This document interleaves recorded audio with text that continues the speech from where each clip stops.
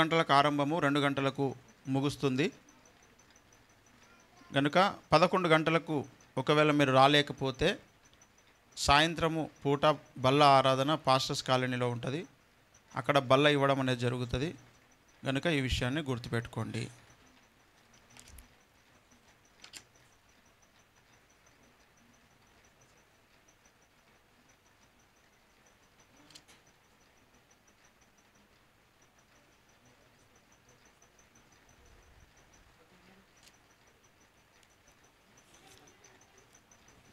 అందరూ కూర్చోండి అమ్మా. నీ వాక్యమే నన్ను బ్రతికించెను, బాధలలో నెమ్మదినిచ్చెను. నీ వాక్యమే నన్ను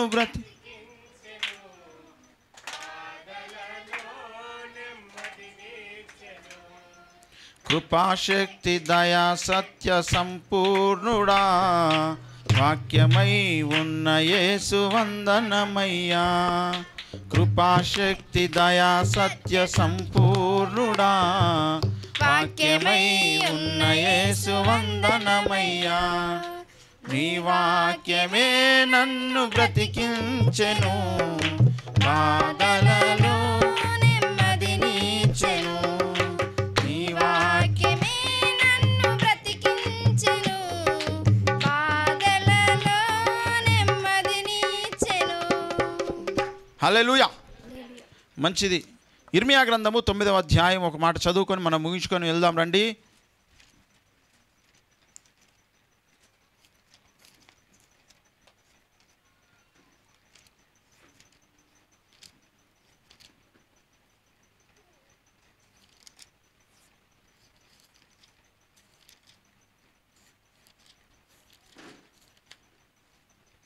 ఇరవై 23 నుంచి 25 వచనాలు. యెహోవా ఇలాగు సెలవిచ్చుచున్నాడు, జ్ఞాని తన జ్ఞానమును బట్టి, శూరుడు తన శౌర్యాన్ని బట్టి అతిశయింపకూడదు.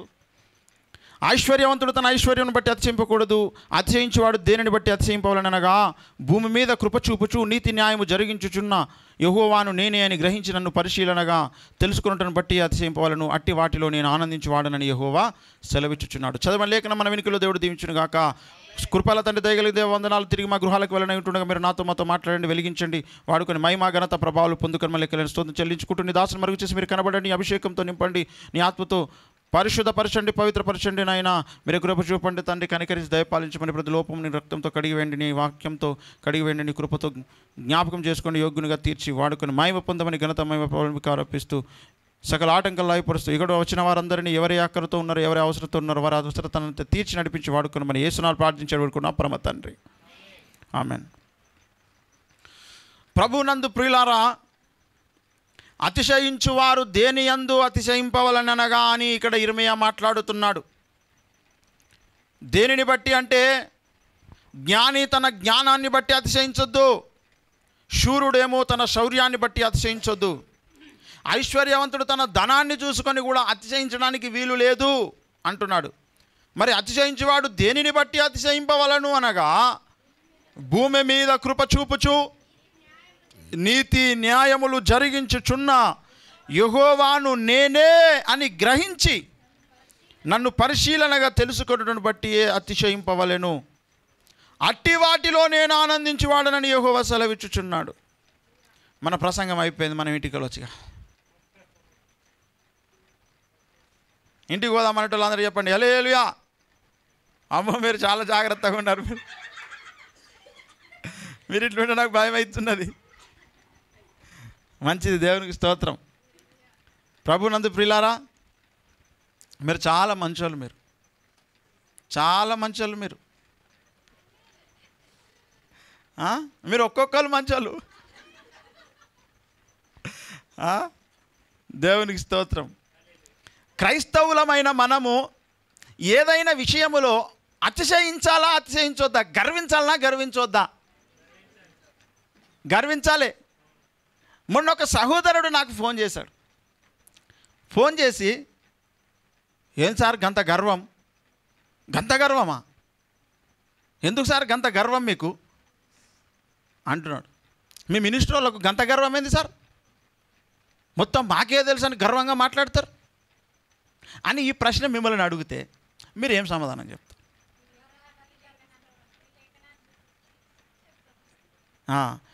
మనకు గర్వించడానికి కారణాలు ఉంటాయి. బలమున్నోడేమో బలాన్ని చూసుకొని గర్విస్తాడు, ధనమున్నోడు ధనాన్ని చూసుకొని గర్విస్తాడు, జ్ఞానమున్నోడు జ్ఞానాన్ని చూసుకొని గర్విస్తాడు. మరి గర్వించడానికి మనకు కూడా ఏదో ఒకటి ఉండాలి కదా. మరి మనకేమున్నది? సత్యవాక్యం ఉన్నది, దేవుడు ఉన్నాడు. వాళ్ళకి లేడా దేవుడు అనటానికి? వాడు కూడా దేవుని బట్టి గర్విస్తాడు. వాడు కూడా హిందువునని గర్వించు, హిందువునని జీవించు, హిందువునని జీవించు, హిందువుగా జీవించు, హిందువు అని గర్వించు. వాళ్ళు కూడా గర్వించుకొని వాళ్ళ గర్వం వాళ్ళకి, మనకేం చేశాడు? కానీ మనకేమి గర్వము?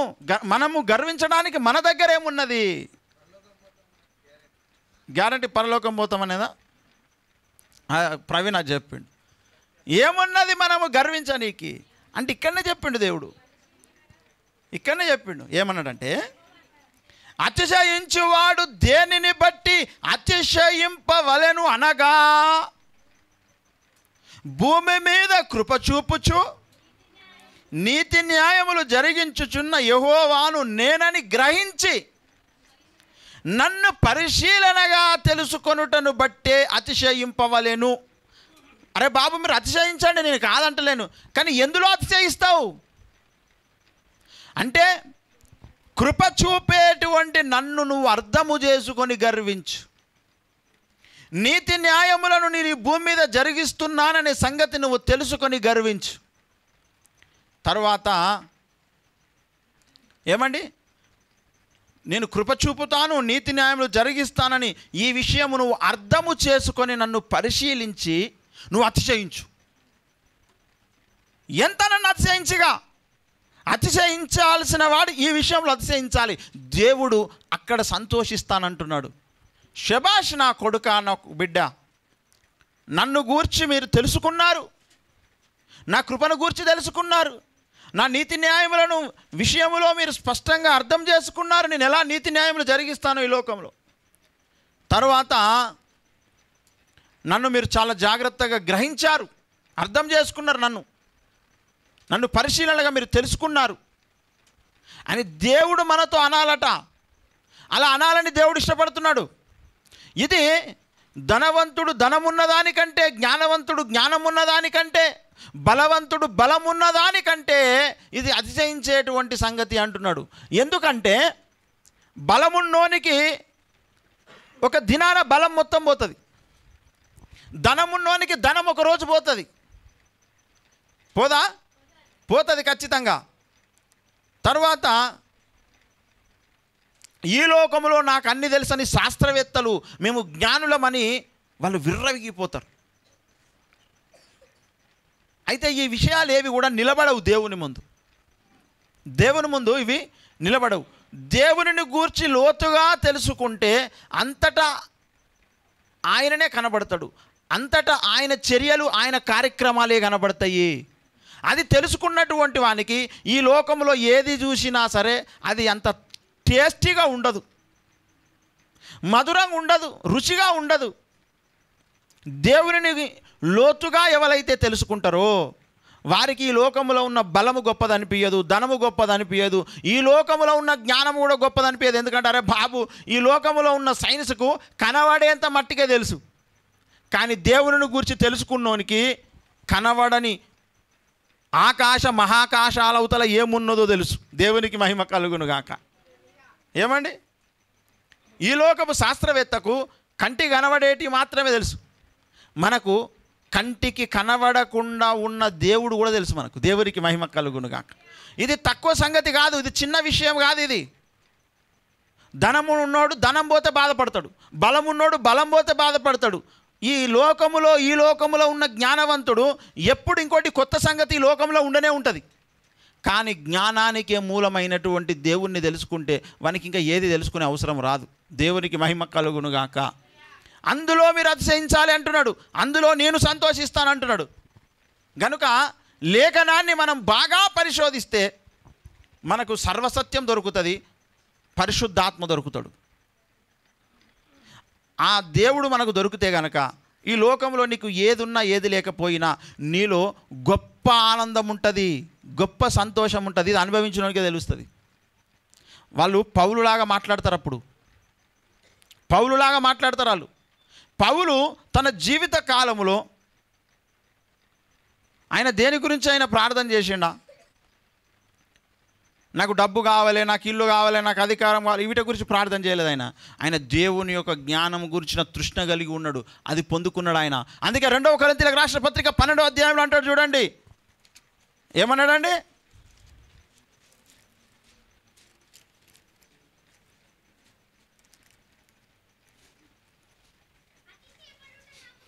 అతిశయపడుట నాకు తగదు కానీ అతిశయపడాల్సి వచ్చిందబ్బా. ప్రభువు దర్శనములను గూర్చి ప్రత్యక్షతలను గూర్చి చెప్పుదును. ఏం చెప్తాడట? ప్రభువు దర్శనములను గూర్చి ప్రత్యక్షతలను గూర్చి చెప్పుదును అంటున్నాడు. అంటే ఆయనకి ఏం తెలుసు? ప్రభువు దర్శనాలు తెలుసు, ప్రభువు యొక్క ప్రత్యక్షతలు ఇవి తెలుసు ఆయనకు. ఇవి తెలుసుకున్నాడు పౌలు. ఇవి తెలుసుకున్నోనికి లోక బంగారము ధన ధాన్యాదులు ఒక పోగేసిన తరితూగున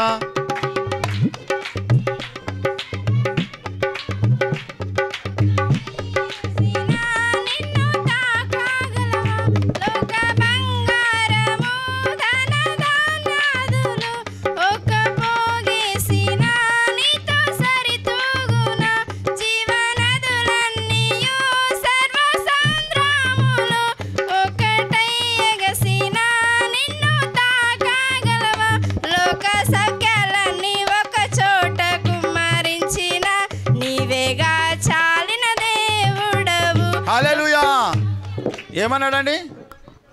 లోకంలో ఉన్న సౌఖ్యాలు, సుఖాలు, ఆనందాలు, సంతోషాలన్నీ ఒక దగ్గర పోగేస్తే కూడా నీవేగా చాలిన దేవు. ఆ పాయింట్ కాడికి రావడమే భక్తి జీవితం. దేవునికి మహిమ కలుగును గాక. అక్కడ గర్వించాలి మనం, అక్కడ మనకు సర్వ పరిష్కారాలు దొరుకుతాయి. ఈ లోకంలో ఉన్న వాళ్ళు ఏం అర్థం కాక చాలామంది పిచ్చోళ్ళు అయిపోతున్నారు. ఏం అర్థం కాక జీవితాలను ముగించేసుకుంటున్నారు. ఎటు పడితే అటు బ్రతికేస్తున్నారు. తాగుబోతులు, తిరుగుబోతులు, తిట్టుబోతులు, గొడవ పెట్టుకునేటోళ్ళు, నరహంతకులు, రకరకాలుగా బతికేస్తున్నారు. ఎందుకంటే జీవితానికి ఒక గురి, గమ్యం లేని వాళ్ళు జీవితంలో ఏమి చేయాలో అర్థం కానటువంటి వాళ్ళు. కానీ దేవుడు లోకములో ఉన్న ధనధాన్యాదులన్నీ ఒక పోగేస్తే వాటి వల్ల వచ్చే సౌఖ్యము, సుఖం ఏదైతే ఉంటుందో, అయితే దేవుణ్ణి ఎరిగినటువంటి వాడు ఎవడైతే ఉంటాడో వాటన్నిటికంటే కూడా వీడు గొప్పోడు. దేవునికి మహిమ కలుగును గాక. అక్కడికి నడిపించాలనుకుంటున్నాడు దేవుడు మనలను. అందుకే కొన్నిసార్లు మనం ప్రార్థిస్తే దేవుడు కొన్ని ప్రార్థనలు వినడు, ఆయన పట్టించుకోడు. మనం ఏదో అడుగుతుంటాం ఈ లోకంలో ఉన్న వ్యక్తులలాగా, ఈ లోకంలో ఉన్న వ్యక్తులను అనుసరించి కొన్ని అడుగుతుంటాం. అవి దేవుడు కొంచెం పట్టించుకోడారు, నాకు పెద్ద ఇంట్రెస్ట్ లేదురా అవి అంటాడు దేవుడు. కానీ ఆయనను గురించి అడిగితే అవి మనకు తెలియజేసుకుంటాడు ఆయన, అందులో సంతోషిస్తాడు. నా గురించి తెలుసుకున్నాడు నా కొడుకు అని దేవుడు సంతోషిస్తాడు అంటున్నాడు. దేవునికి మహిమ కలుగును గాక. ఆ స్థాయిలో, ఆ స్థితిలో పౌలు ఉన్నాడు, ఆ స్థితిలో మోషే ఉన్నాడు. మోషే ఏమన్నాడు మనకు గుర్తు. హెబ్రీయులకు రాసినటువంటి పత్రికలో మోషే అంటాడు, ఐగుప్తు దేశంలో ఉన్నటువంటి ఫరో కుమార్తె యొక్క కుమారుడని అనిపించుకొనుట కంటే క్రీస్తు విషయమైన నింద గొప్ప భాగ్యం అని ఎంచుకున్నాడు ఆయన. 11:24 మోషే పెద్దవాడైనప్పుడు విశ్వాసమును బట్టి ఐగుప్తు ధనము కంటే క్రీస్తు విషయమైన నింద గొప్ప భాగ్యం అని ఎంచుకొని. అసలు ఈ మాట అర్థమైంది అంటున్నా నేను. ఈ మాట చాలామందికి అర్థం కాలేదండి. మీకు తెలుసా ఇశ్రాయేలీయులు ఎక్కడికి బతకనీకి పోయారు? ఇశ్రాయేలీయులు ఎక్కడికి బతకనీకి పోయారు? ఐగుప్తు దేశానికి బతకనీకి పోయారు. ఎందుకు బతకనీకి పోయారు? ఇక్కడ లేదు, తిండి తికాన పని లేదు, లేక ఎక్కడికి పోయినరు? ఐగుప్తు దేశానికి. ఎందుకు ఐగుప్తు దేశానికే పోయినరు? అప్పుడు అది చాలా విరాజిల్లుతున్నది దేశం. అది ధనధాన్యముతో, వస్తువాహనాలతో, గొప్ప సంగతులతో అది విరాజిల్లుతున్న దేశం అన్నమాట. ఏది? ఐగుప్తు దేశం. ఈనాడు ఐగుప్తు ఏంటిది? ఈనాడు ఈజిప్టు. ఇప్పుడు ఈజిప్టే, అప్పుడు ఐగుప్తు. ఇప్పుడు ఈజిప్టు గొప్పదా, ఇజ్రాయెల్ గొప్పదా? అట్లా ఎట్లా? ఇప్పుడు ఈజిప్ట్ వాళ్ళు ఇజ్రాయెల్ మీద ఆధారపడాలి. ఆనాడు ఇశ్రాయేలులు ఐగుప్తుకు తిండి లేక పని లేక అక్కడికి పోతే మనం బాగుపడతాం బ్రతుకుతామని పోయినరు. ఈనాడు కొంతమంది అమెరికాకు పోతున్నారు, దుబాయ్కి పోతున్నారు, మస్కట్కి పోతున్నారు. ఎందుకు? అది గొప్ప దేశం, అక్కడికి పోతే మనం బతుకుతాం, ఆహారం దొరుకుతుంది అని చెప్పేసి కదా. అట్లా ఇశ్రాయేలులు ఐగుప్తుకు వచ్చిర్రు. దేశంలో ఉన్న ప్రజలంతా వచ్చిర్రు, ఒక్కళ్ళిద్దరు కాదు. అంటే అంతమందిని పోషించేటువంటి సత్తా ఐగుప్తు దేశానికి ఉన్నది అన్నమాట కదా. ఇప్పుడు అక్కడ రాజు కావడానికి ఎవడైనా ఒప్పుకోకుంటుంటాడా? ఫరో యొక్క బిడ్డ కొడుకు మనమడు, ఫరో మనమడు అన్నమాట. ఆ హోదాను పోగొట్టుకోవడము మామూలు సంగత కాదు. కానీ అది అద్దంటున్నాడు మోషే. అట్టట అద్దంటావు మోషే? పిచ్చిగిట పట్టిందా నీకు కదా? ఏమన్నాడు?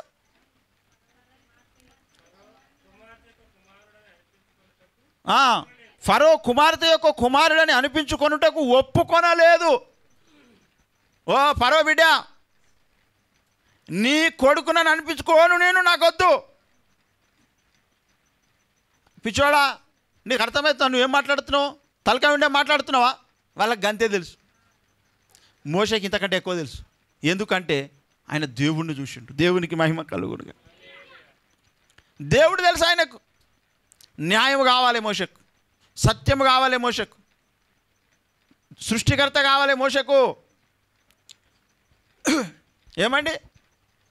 అందుకంటాడు ఆయన కుమారుడని ఒప్పుకొనలేదు. ఏలైనగా అతడు ప్రతిఫలముగా కలగబోవు బహుమానమునందు దృష్టి ఉంచాను. దేని మీద దృష్టి పెట్టిండు? కలగబోయే ప్రతిఫలం మీద దృష్టి పెట్టిండు. ఇదేమని కావాలవ్వా? ఇదేమన్నా కిలంత బంగారం తీసుకుపోతాను నేను పరలోకానికి? ఉన్నప్పుడు దాచుకుందాం, దోచుకుందాం, ఆనందించుదాం అనుకుంటున్నారు. అసలు ఈ లోకంలో అంత దేంతో ఎవ్వడు ఆనందించలేడు. ఆనందించే ఆనందం అసలైన ఆనందం కానే కాదు. ఇది ఆనందం అనుకుంటున్నారు అప్పటి మందం, కానీ ఇది అసలైన ఆనందం కాదు.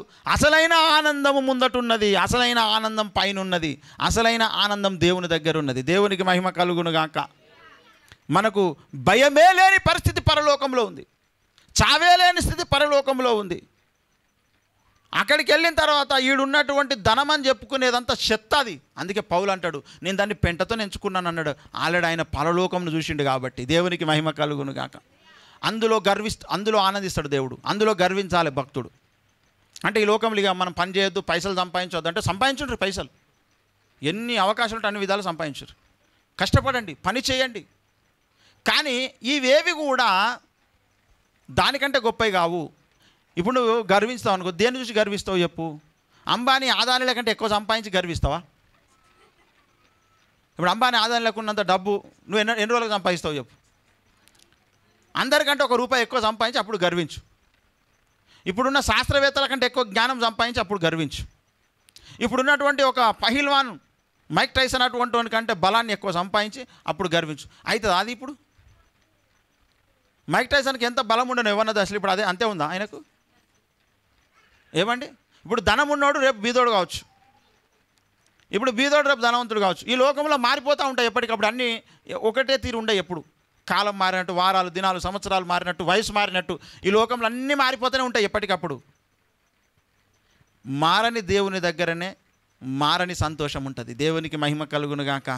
మారనిది, మరువనిది, వీడనిది, ఎడబాయనిది, మారనిది, మరువనిది, వీడనిది, ఎడబాయనిది ప్రేమా, యేసయ్య ప్రేమా, ప్రేమా, క్రీస్తుని ప్రేమా, ప్రేమా, యేసయ్య ప్రేమా, ప్రేమ నన్ను విడిచిన గాని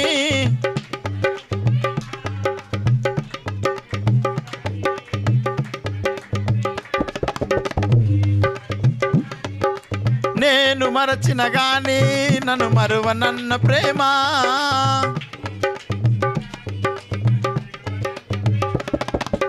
ఏడుస్తుంటే ఎత్తుకున్న ప్రేమ, తన కౌగిలిలో నన్ను హత్తుకున్న ప్రేమ, ఏడుస్తుంటే ఎత్తుకున్న ప్రేమ, తన కౌగిలిలో నన్ను హత్తుకున్న ప్రేమ, మరువనిది వీడనిది ఎడబాయనిది మాడనిది మరువనిది వీడనిది ఎడబాయనిది. హల్లెలూయా. పరలోకం గురించి తెలుసా మీకు? అడగండి మీకు తెలిసిన వాళ్ళను. తెలుసా పరలోకం గురించి? ఎంత తెలుసు మీకు? ఏం తెలుసు మీకు? పాతాళం గురించి తెలుసా మీకు? ఏం తెలుసు? ఎంత తెలుసు? దేవుని గురించి తెలుసా మీకు? ఏం తెలుసు? ఎంత తెలుసు? సైతాన్ గురించి తెలుసా మీకు? ఏం తెలుసు? ఎంత తెలుసు మీకు? చెప్పండి, ఎంత తెలుసు? నీ దగ్గర ఆనాడు ఐగుప్తు దేశం ప్రపంచంలోని గొప్ప దేశం, గొప్ప ధనమున్న దేశం, అధికారం ఉన్న దేశం, గొప్ప అక్కడ సిస్టమ్ ఉన్న దేశం అది. అలాంటి ఇప్పుడు అమెరికా దేశంలో ఉన్నటువంటి ప్రెసిడెంట్ మనమడు అనే హోదా నీకుంటే ఇడిచిపెట్టుకొని వస్తావా నువ్వు? అంతేందుకు సార్, రేవంత్ రెడ్డి తమ్ముడు అంటే కూడా ఇడిచిపెట్టుకోను నేను కదా. ఇప్పుడు అమెరికా ప్రెసిడెంట్ బైడెన్ గారి యొక్క బిడ్డ కొడుకు అనే హోదా నీకుంటే నాకు ఇది వద్దు, నాకు కలగబోయే ప్రతిఫలం మీద నేను దృష్టి పెట్టి పోతా అని వస్తే నువ్వు మోసేవైతావు. ముందు నీకు ఆ హోదా ఉంటే నువ్వు పట్టించుకుంటావు ఎవరినన్నా? మోసే ఎంత ఉన్నత స్థితికి వెళ్ళి ఉండో చూడండి. నాకు ఇది వద్దు అని వచ్చిండంటే ఏందో తెలుసా? ఆయన అంతకంటే విలువైంది ఏదో చూసిండు. అంతకంటే విలువైంది ఏదో చూసిండు ఆయన. ఇదెందుకు కావాలరా, ఇదేవనికి కావాలి, అది కావాలి నాకు అని ఫరో యొక్క కుమార్తె యొక్క కొడుకు అనిపించుకున్నాడు కంటే యేసయ్య కొడుకు అనిపించుకోవాలని చూసిండు ఆయన. దేవునికి మహిమ కలుగును గాక. హల్లెలూయా. ఎందుకంటే అది శాశ్వత రాజ్యం, అది శాశ్వతంగా ఉండే ఆనందం. అది అక్కడ అనేక మధురమైన సంగతులు ఉన్నాయి. అవి కొంతమంది పరిశోధకులు ఉంటారు, వెతికిన కొద్ది కొత్త కొత్తవి వాళ్ళకు దొరుకుతూ ఉంటే జీవితంలో వాళ్ళకు పెళ్ళి, తిండి, గడ్డం గీకోవడం అన్నీ మర్చిపోయి అందులో మునిగిపోతారు వీళ్ళు. అందుకే చాలామంది సైంటిస్టులకు గడ్డం పెరిగి ఉంటుంది. ఎందుకు పెరిగి ఉంటుంది తెలుసా? దానికి టైం ఉండదు వాళ్ళకు. ఇప్పుడు కొంతమంది ఏమో ప్యాషన్కి పెంచుతుంటారు, వాళ్ళు ప్యాషన్కి పెంచుకోరు. అది తీసుకునే టైము లోపల ఆ పరిశోధన మీద దృష్టి పెడతారనమాట. అందుకు టైం ఉండదు వాళ్ళకు. అట్లా ఎన్నో విషయాలు పెళ్ళి చేసుకోరు. ఎందుకంటే పెళ్ళి అని, పిల్లలని, సంసారం అని దానికి కొంత టైం వేస్ట్ అయితే ఆ టైం వేస్ట్ చేయడం ఇష్టం లేక పెళ్ళి చేసుకోరు. దానికి ఎంతోమంది ఉన్నారు. ఈనాడు మాయావతి ఉన్నది, మదర్ తెరిసా ఉన్నది, అబ్దుల్ కలాం గారు ఉన్నారు. ఎంతమంది అనుకుంటున్నారు? ఎందుకు అబ్దుల్ కలాం గారు ఎందుకు పెళ్లి చేసుకోలేదు? టైం లేదు ఆయనకు. దేనికి టైం లేదు? దేనికి టైం లేదు? సుదర్శన్ కిలకిల అవుతున్నాడు. పెళ్ళి చేసుకోనికి టైం లేదు. పిల్లలను కానివ్వడు దానికి టైం లేదు ఆయనకు. వాళ్ళ మీద దృష్టి పెట్టే టైం లేదు ఆయనకు. పెళ్లి చూపులకు పోయే టైం లేదు ఆయనకు.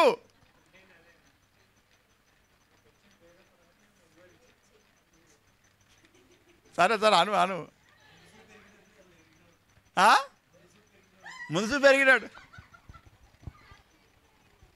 చాలామంది పెళ్ళిళ్ళు చేసుకోకుంటున్నారు. ఎందుకో తెలుసా?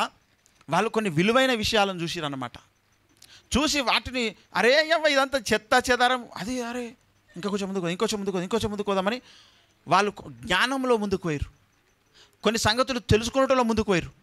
చూసి ఇదంతా పిచ్చిరా భయ్, గిన్నెలనే ఏముంది అనుకుంటారు మీరు. సుఖం, ఆనందం ముందట కొన్ని కొత్త సంగతులు తెలుసుకుంటూ ఉందిరా భయ్ అసలైన ఆనందం అని చెప్పేసి ఆయన ఒక రాకెట్ టెక్నాలజీని కనుక్కున్నాడు. ఆయన కొత్త ఎవడు చూడలేదు, ఆయన చూసిండు ముందుగాల. అందుకే కొంతమంది ఇంట్లోనే ఎందుకు ఫిక్స్ అయిపోతారంటే వానికి గిక్కనే ఉంటుంది తృప్తి అంతా, ముందుటున్నది కనబడదు. యేసుక్రీస్తు ప్రభు ఒక ఊరికెళ్ళి వస్తుంటే పక్కకి యేసుప్రభు నడుస్తుండు. యేసుప్రభుని తెలియదు వాళ్ళకు. నీకు తెలియదా అక్కడి నుంచి ఆ యేసుని గురించి నువ్వు ఎరగావా అంటే ఏం జరిగింది బాబు అని అడుగుతాడు యేసుప్రభు తెలియకుండా. అరే బాబు ఆ సిలువలో మరణించి తిరిగి లేచింది నేనే, ఆయనను చూస్తే వీళ్ళ గుండె ఆగిపోతుంది. ఆయనను తెలుసుకోవాలా. మనం చాలా విషయాలు ఇట్లా ఫిక్స్ అయిపోతాం అన్నమాట. ధనాన్ని చూడంగానే ధన పిచ్చి, బంగారం చూడంగానే బంగారం పిచ్చి, ఎవరైనా అందం చూడంగానే అందం పిచ్చి, లేదా ఈ లోకంలో ఉన్నటువంటి అధికారం చూడ అధికారం పిచ్చి. అందులో భక్తుడు అందులో ఫిక్స్ కాడనమాట. ఎందుకంటే వానికి కొన్ని కొత్త సంగతులు తెలుస్తాయి, కొన్ని కొత్త విషయాలు తెలుస్తాయి అనమాట. అందుకే వీటన్నిటిని నిర్లక్ష్యం చేసేస్తాడు. అలా నిర్లక్ష్యం చేసిన దానిలో మోషే ఉన్నాడు, పౌలు ఉన్నాడు, ఏమండి అబ్రహాం ఉన్నాడు, దావీదు ఉన్నాడు, ఇట్లా చాలామంది ఉన్నారనమాట. వాళ్ళు ఏం చేస్తున్నారంటే వాళ్ళు దేవుణ్ణి పరిశీలించే పనిలో ఉన్నారు. వాళ్ళు దేవునికి మహిమ కలుగును గాక. ఈనాడు ఓఫ్రి గారికి ఇల్లు లేదు, కారు లేదు, చర్చి లేదు, ఏం లేవు. ఎందుకంటే దాని మీద దృష్టి పెట్టలే. మరి ఏడబెట్టిండు దృష్టి అంతా? దేవుని మీద పెట్టిండు, పరిశోధనలో పెట్టిండు, పరిశీలనలో పెట్టిండు. ఒకదాని మీద కాన్సన్ట్రేట్ చేస్తే ఇంకో దాని మీద పెట్టలేమండి, ఇంకో దాని మీద పెట్టలేము. అందుకే ఆయన ఏం చేసిండు? పరలోకంలోని మర్మాలు రాసిండు. మహిమ ప్రపంచం చదివిరా? మీరు చదవండి. తర్వాత వేదాలు చదివి వేదాలలో ఆయన యేసుప్రభు ఛాయలు చూసిండు, ఎవడు చూడలేదు మరి. అందుకే హైందవ క్రైస్తవ అని ఒక బుక్ వచ్చింది. అసలు సైతాన్ ఎట్లా పుట్టిండు, సైతాన్ గాని యొక్క పుట్టుపూర్వోత్తరాలు ఏంటి, ఎవరు రాయలే. చాలామందికి క్రైస్తవులకు ఈ విషయం చెప్పి నేను ముగిస్తాను, నేను ఎక్కువ టైం తీసుకోవాలనుకుంటలేను. అసలు సైతాన్ గాడు ఎందుకు సైతాన్గా మారిండు ఇప్పటివరకు ఏ క్రైస్తవుడు చెప్పలేడు, ఏ బోధకుడు చెప్పలే. మీకు తెలుసా సైతాన్ ఎందుకు సైతాన్గా మారిండు?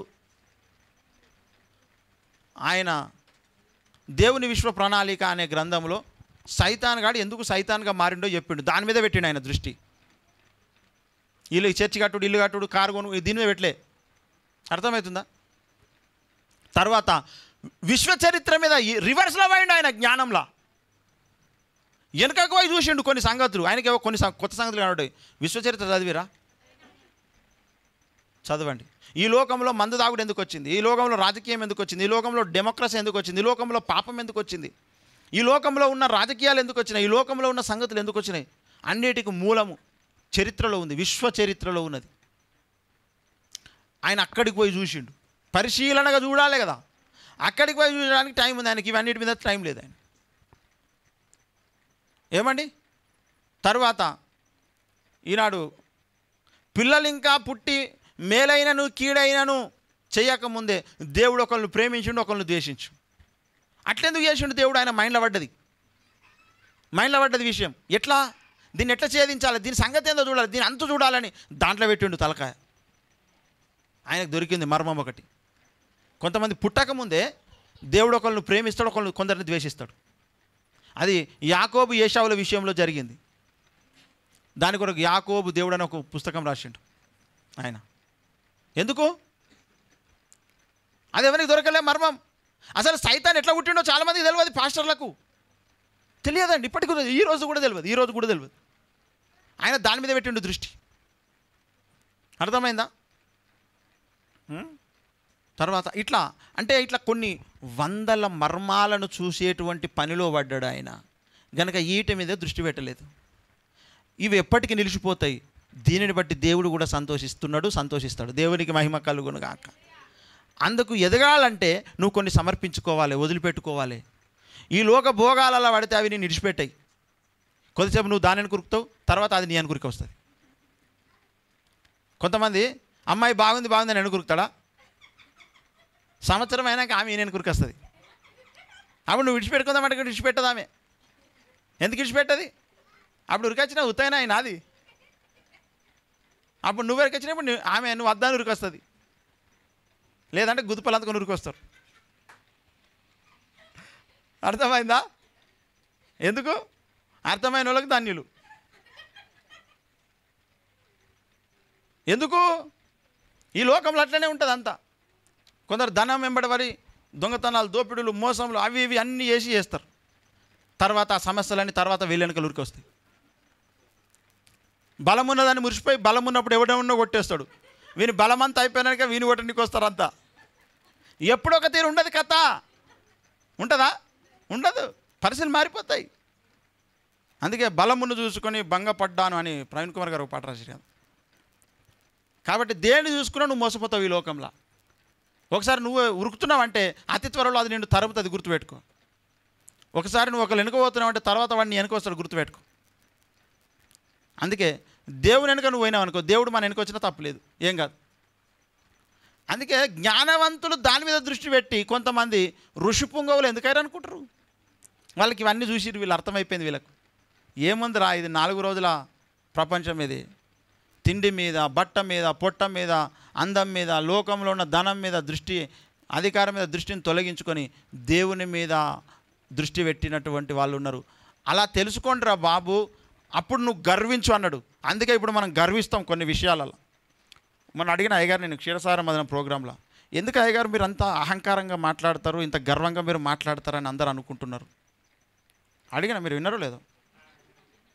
అడిగినానా లేదా?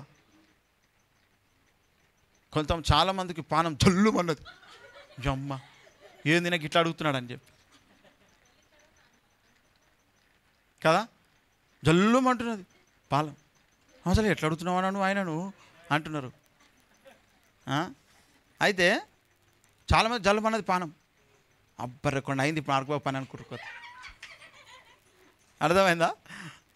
అయితే ఆయన ఏమన్నాడు తెలుసా, అరే నీకు గర్వించినను నేను ఏమైనాను బాబు, నాకు లేఖనాధారం చూపెట్టు అంటున్నాడు ఆయన. ఆయనకి ఎందుకు అట్లా అంత అంత గర్వం ఎందుకు ఆయనకు? మాట్లాడేటప్పుడు ప్రసంగాలు విన్నారా మీరు ఎప్పుడైనా? పర్సనల్గా మాట్లాడినప్పుడు మామూలుగా ఉంటాడు మనిషి, అవసరమైతే సాయి చేసి పోతాడు. ప్రసంగం చేసినప్పుడు అట్లుండదు, వ్యవహారం మొత్తం మారిపోతాడు. తగ్గేదేలే అంటాడు కదా. ఎందుకంటే ఆయన దేవుని గురించిన కొన్ని సంగతులు చూసిండు, అందుకే ఆ అతిశయం ఉన్నది ఆయన లోపల.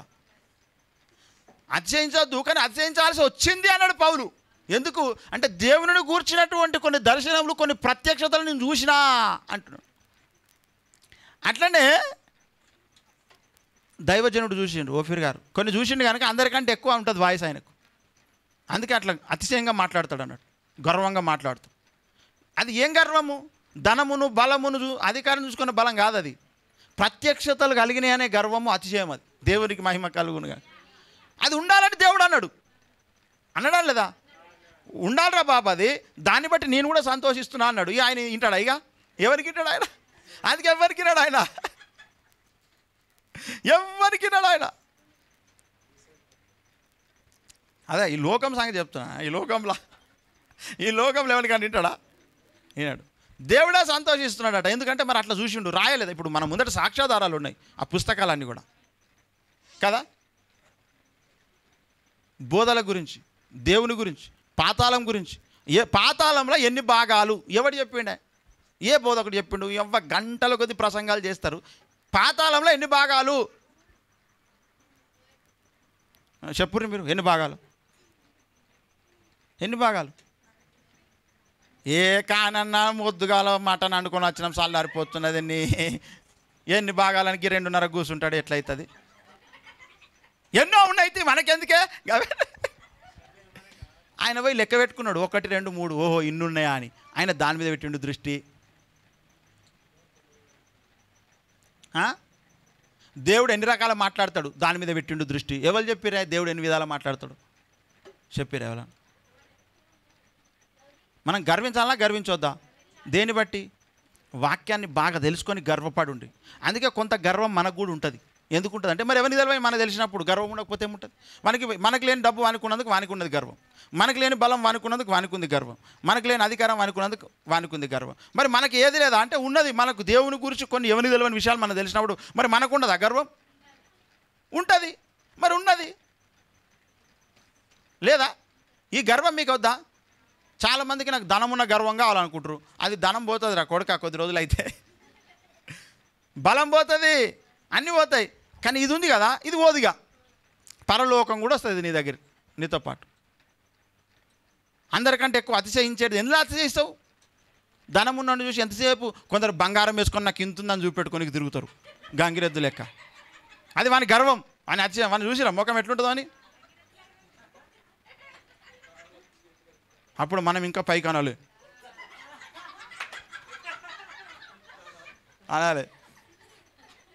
నువ్వెందుకు ఇట్లా అంటున్నావు అంటే, అరే బంగారం నీతో పాటు రాదు, నాతో పాటు వచ్చేది నేను చూసిన. దేవునికి మహిమ కలుగును గాక.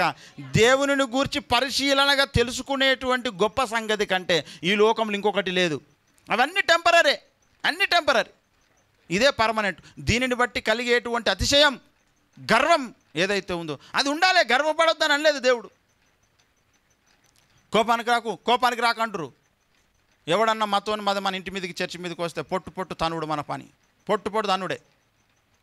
వాడు రక్షణ కూడా పొందాడు, వాడు పరలోకం వచ్చేది గ్యారెంటీ లేదు. వాంతో తనలో పడతాం మనం. పరిశుద్ధ గుద్దితే క్రైస్తవులు కొట్టుడు నేర్పిర్రా అంటే. మొన్న ఛత్తీస్గఢ్లో సీఎం ఇంటి మీదకి పోయారు క్రైస్తవులంతా. మామూలుగా కొట్టి చంపలేదండి ఛత్తీస్గఢ్లో. ఉత్తరప్రదేశ్లో కూడా ఇటువంటిది జరుగుతుంది త్వరలో. ఈనాడు మన మీద దాడులు చేయాలని చూస్తున్నాడు. ఒక్కొక్కడు ఏమరుతున్నాడు యూట్యూబ్లలో. ఏమనుకురు మనం అట్లా మాట్లాడొద్దు అంటే చెంప వలుగుతుంది. ఎందుకురా మాట్లాడొద్దు అంటున్నావు? మాట్లాడొద్దా? నన్ను అంటావా నువ్వు మాట్లాడొద్దని? నీకేమెరక అంటున్నారు? యేసు ప్రభు అట్లా కోపానికి రాదు. ఆవిడే దేవుడే కోపానికి వచ్చిడు. ఇప్పుడు యేసు ప్రభు లెక్క మనం ప్రేమ కలిగి ఉండాలి, దయ కలిగి ఉండాలంటారు కదా. మరి యేసు ప్రభు లెక్క కొరడా పట్టుకోవద్దని ఓఫ్రి గారు అడిగారు. యేసు ప్రభు కొరడా పట్టుకున్నాడా లేదా? మనం పట్టుకోవద్దు, మనం యేసు ప్రభులమ్మా. మరి క్షమించి నీకు నువ్వు యేసు ప్రభువా? ఆయన అడిగిన ప్రశ్న ఇది. కొరడా పట్టుకొని యేసు ప్రభువా? ఇక్కడ గుర్తుకొస్తాం మనకి లాజిక్, పనికి మాలిన లాజిక్ గీడ పని చేస్తుంది అంది. మరి క్షమించనీకి యేసు ప్రభువా అని అడగాడు ఎందుకో? ఇప్పుడు క్షమించనీకి యేసు ప్రభు అయితే మరి ఆడు కొరడ పట్టుకొని కూడా యేసు ప్రభు లెక్క కావాలనాలి కదా. పనికి మాలిన సొల్లు లాజిక్లు అవన్నీ. నేను అవసరమైతే క్షమిస్తా, అవసరమైతే కొరడ పట్టుకుంటా, అవసరమైతే ఈ బల కొడతా, అవసరమైతే బుధగరిస్తా. అన్నీ ఉండాలి షేడ్స్. ఇది యేసయ్యను గురించి తెలుసుకున్నాడు. అమ్మలారా మమ్మల్ని కొట్టండి, మేమేమన్నాం? యేసయ్య మురుస్తున్నాడా? అబ్బా ఏం నువ్వు నేర్చుకున్నావురా నా పోలిక, నువ్వు ఏదిరా నీ బతుకులో నా కొరడేదిరా, కొరడేది. మీరు ఎవరు అట్లా ఉండొద్దు చెప్తున్నా. ఎవడన్నా మతోన్ మాది నోరు తెరిస్తే వాని పండ్లు ఫల్ ఫల్ ఫల్ పలగాలి చెప్తున్నా నేను. రోషం ధైర్యం తెచ్చుకోండి. వాడు రక్షణ పొందినోడు, మనం రక్షణ పొందినోళ్ళం, మనం దేవుని కొడుకులం, వాడు సైతాన్ కొడుకు. వాడు తిడుతుంటే ఎందుకు పడతారు నాకు అర్థం కాదు. సైతాన్ కొడుకులే చూడాలి. దావీదు గొల్యాతు మీదకి ఎట్లు ఉరికిండు? వాళ్ళ అన్నలందరూ తప్పించుకొని మరీ పోయిండు వాడిని కొట్టనికి. వాడు కుక్కగాడు, వాడు నా దేవుడు తిడతాడా? సున్నతి లేనోడు. మనం ఏమనాలి ఇప్పుడు? రక్షణ లేనోడు అనాలి. ఏమనాలి మనం? రక్షణ లేని సైతాన్ కొడుక, మా గురించి ఎరా నువ్వు మాట్లాడేది? సర్ప సంతానమా, చిన్న పాముగా కాదా? వాడు చిన్నపాము, మనల్ని తిడతాడా? ఇటువంటి వాయిస్ లేక వాళ్ళు రెచ్చిపోతున్నారు. మనం విడిచిపెట్టొద్దు, మనం విడిచిపెట్టే ప్రసక్తే లేదు. దేవుని లెక్క ఉండాలండి. దేవుడు ఏంటో రోషంతో ఉంటాడా? ఇప్పుడు యేసుప్రభు ఉన్నాడు అనుకోండి, కొట్టుండ్రి, మరి కొడతారా? ఇక మరి మేము తిరిగి కొట్టాం, మేము ప్రేమిస్తాం. ఇప్పుడా ప్రేమించే టైం? వాడు కొట్ట నీకు వచ్చినప్పుడా? మొత్తం ఉల్టా పల్టున్నాయి వ్యవహారాలు. అన్నం తిందుదా అంటే నిద్రపోతా అన్నట్టున్నది. బాగున్నావా అంటే బంగారమా? ఇట్లున్నది మొత్తం. తలకాయలు మొత్తం పుచ్చిపోయినాయి మొత్తం.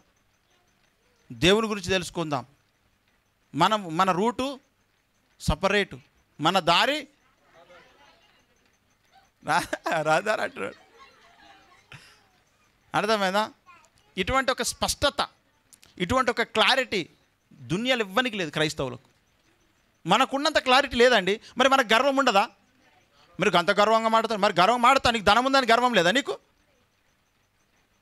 పైసలు ఉన్నాయని గర్వం లేదా? ఉద్యోగం ఉన్నదని గర్వం లేదా? మరి నాకు కూడా ఉంటుంది గర్వం. ఎందుకు ఉండదు? బరాబర్ ఉంటుంది. దీన్ని బట్టి యేసయ్యనే సంతోషిస్తున్నాడు, నువ్వు దుఃఖపడు. మరి ఇన్ని ఇడిచిపెట్టుకొని ఎందుకని? నేను మోషే అన్ని ఇడిచిపెట్టుకున్నాడు ప్రతిఫలంగా కలగబోయే బహుమానం కొరకు. ఆ బహుమానాన్ని చూసి మురువద్దా, గర్వపడొద్దా? అది కూడా పొందొద్దు, ఏదో ఉంటున్నది అనాలా? చాలు, నడవది, దేవుడు ఒప్పుకోడేది. గర్వించండి. అందరికంటే కొన్ని కొత్త సంగతులు నేర్చుకొని దేవుని ప్రత్యక్షతలు అందుకొని గర్వించండి. నేను అతిశయించవద్దు అనుకుంటున్నా, కానీ అతిశయించాల్సి వస్తుంది, ఏం చేయాలి అంటున్నాడు పౌలు. అందుకే ఓఫిర్ గారి ప్రసంగాలలో ఆయన గద్దె ఎక్కిండంటే కథం ఏముంది, అయిపోయింది ఇలా కథ. స్టేజ్ ఎక్కిండంటే ఎవ్వనికినాడు, అయ్యకినాడు. ఆ పైన అయ్యకి తప్ప, ఆ పైన అయ్యని అట్లా మాట్లాడిస్తున్నాడు. మనం ఏం చేస్తాం? పిల్లి కూడా గాండ్రిస్తుంది ఏసై వస్తే. అర్థమైందా? కొందరు సింహాలని చెప్పుకుంటారు అంట, తప్ప అవన్నీ. మనం గట్ల ఉండొద్దండి చెప్తున్నాను నేను. ఈ దేవుణ్ణిలో సంతోషించండి. మనకు ధనం ఉండని ఉండకపోయి, తిండి ఉండని ఉండకపోయి, ఏముండని ఉండకపోయి నీలో ఒక గర్వం ఉండాలి, అతిశయం ఉండాలి. ఏం అతిశయం అంటే దేవుని గురించి నేను తెలుసుకున్నానే అతిశయం ఉండాలి. కొన్ని కొత్త సంగతులు తెలుసుకోవాలి, ఎవ్వరికి తెలవని. ఆ అతిశయం మన లోపల ఉన్నది. ప్రతి ఆదివారం మనము సపరేటు భక్తులం, మనం అందరితో కలిసి లేం. మనం యెజబేలు ప్రసంగ పీఠికల మీదకి వచ్చి ప్రసంగాలు చేస్తుంది ఎవ్రీ సండే. తెలుస్తుందా? ఆత్మను చూడాలి. ఒక ఈమెకు దయ్యం పట్టింది అంటారు. ఏడ కనబడుతుంది నీకు దయ్యము? కొందరు దయ్యం పట్టింది మీకు అంటారు. ఎట్లా పట్టింది, ఏడ పట్టింది, ఎట్లా కనబడుతుంది మీకు? చేసే ప్రవర్తన. అట్లనే ఈనాడు క్రైస్తవుల యొక్క ప్రవర్తనను బట్టి యెజబేలు యొక్క దురాత్మ ఉన్నదని తెలుస్తుంది. వాళ్ళు వాక్యానికి విరుద్ధంగా చేస్తుంటారు ప్రసంగాలు, బతుకులు, ప్రవర్తన అంతా. మనం అట్లుండడానికి వెళ్ళలేదు. కాబట్టి మనం దేవునిలో అతిశయించడం నేర్చుకుందాం. ఇది ఎన్నడూ అయిపోదు. అది ఉంది, ఇది ఉందని, అది లేదు, ఇది లేదని మీరు వర్రీ కాకండి. ఏదైనా ఉంటుంది టైంకు, ఎప్పుడన్నా దేవుని చిత్తం అయితే, లేకపోతే ఉండదు. కానీ ఉండాల్సింది దేవుని గురించిన పరిశోధన, ఉండాల్సింది దేవుడు మనకిచ్చే ప్రత్యక్షత. అది పొందుకోగలిగితే నువ్వెన్నడూ డల్లు కావు. లోకం వైపు చూస్తేనే డల్ అయిపోతావు. దేవుని వైపు చూస్తే నువ్వు ఎప్పుడు ధైర్యంగా, సంతోషంగా ఉంటావు. అలాంటి సంతోషంతోనే మనం ఉండాలి, అలాంటి ఆనందంతోనే మనం ఉండాలి. అదే అసలు యేసయ్యాలనుకుంటున్నాడు కనుక అట్టి కృపతో దేవుడు మనల్ని నింపును గాక. ప్రార్థించుకుందాం. కృపగల తండ్రి, దయగలిగిన దేవ, వందనాలు తండ్రి. నాయన నీ అతిశయముతో మేము నింపబడదాము కాక తండ్రి. అట్టి కృపతో మమ్మల్ని నింపండి నాయన. లోకం వైపు చూడకుండా నాయన నీ సత్యం వైపు, సర్వసత్యం వైపు, లోతైనటువంటి నీ వాక్య సారాంశమును మేము చూసేటువంటి కనులను మాకు దయచేయండి. మీరు దీవించి, ఆశించి, వాడుకొని మహిమ పొందమని, ఘనతమైన ప్రభావాలు మీకు ఆరోపిస్తూ ఇక్కడ ఉన్న సంఘ బిడ్డలందరినీ దీవించమని యేసునామమున ప్రార్థించి అడుగుకున్న పరమ తండ్రి. ఆమెను తండ్రి దేవుని ప్రేమ, ఈ కుమారుని కృష్ణ పరిశుద్ధాత్మకుడు సహవాసం ఇక్కడ మనకు భూలోకం సకల భక్తుడికి తోడైండి. యేసు వచ్చేంత వరకు మన లోకం వరకు దేవుని కృప కాపుదల సంరక్షణ నిరంతరం తోడైండును గాక. ఆమెన్. యేసు రక్తం చేయం, ప్రవేశ రక్తం చెప్పిన సంపూర్ణ గాక. ఆమెన్. బోలో యేసు మహారాజ్కి, త్వరలో రానారు రారాజ్కి జై. హల్లెలూయా. అందరికీ వందనాలు. Praise the Lord. అందరికీ భోజనాలు ఏర్పాటు చేయబడ్డాయి. అందరు చక్కగా భోజనాలు భుజించి వెళ్ళాల్సిందిగా మనవి చేస్తూ ఉన్నాను. అందరికీ వందనాలు. Praise the lord.